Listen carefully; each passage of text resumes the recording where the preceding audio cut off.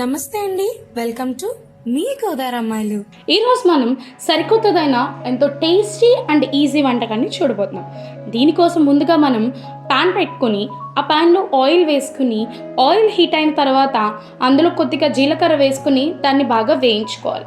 జీలకర్ర బాగా వేగిన తర్వాత అందులో కరివేపాకు వేసి దాన్ని కూడా వేయించుకోవాలి. కరివేపాకు వేగిన తర్వాత అందులో 2 మీడియం సైజు ఉల్లిపాయలను పొడుగ్గా కట్ చేసుకుని ఆ ఉల్లిపాయలు కూడా అందులో వేసి దోరగా గోల్డెన్ బ్రౌన్ కలర్ వచ్చేంత వరకు వేయించుకోవాలి.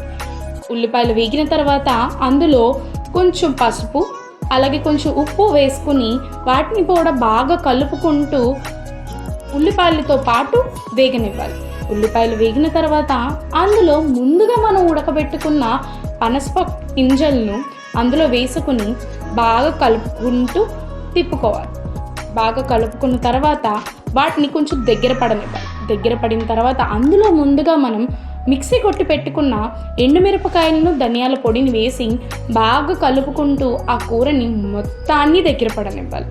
ఆ కూర మొత్తం దగ్గర పడిన తర్వాత దానిపైన కొద్దిగా కరివేపాకు రెమ్మలు అలాగే కొత్తిమీర రెమ్మలు వేసుకుని దాన్ని బాగా కలుపుకుని స్టవ్ కట్టేసి ఆ కూరని మన సర్వింగ్ బౌల్లోకి తీసుకుని నీట్గా సర్వ్ చేసుకుంటే ఎంతో రుచికరమైన ఈజీ అయిన సరికొత్త అయిన డిష్ రెడీ. సో ఈ డిష్ కనుక మీకు నచ్చినట్లయితే మీ గోదావరి అమ్మాయిలకి ఒక లైక్, షేర్ అండ్ సబ్స్క్రైబ్ చేసుకోండి.